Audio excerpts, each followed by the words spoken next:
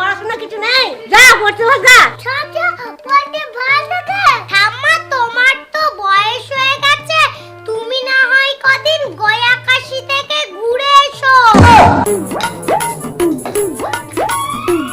কিরে তোদের পড়তে বসলাম তা তোরা খেলা করছিস? কথা কানে ঢোকে না বুঝি? ঠাম্মা তোমাকে বললাম না কদিন গয়া কাশি থেকে ঘুরে এসো তুমি। বয়স হয়ে গেলে না মানুষ গয়া কাশি ঘুরতে যায়। যা যা।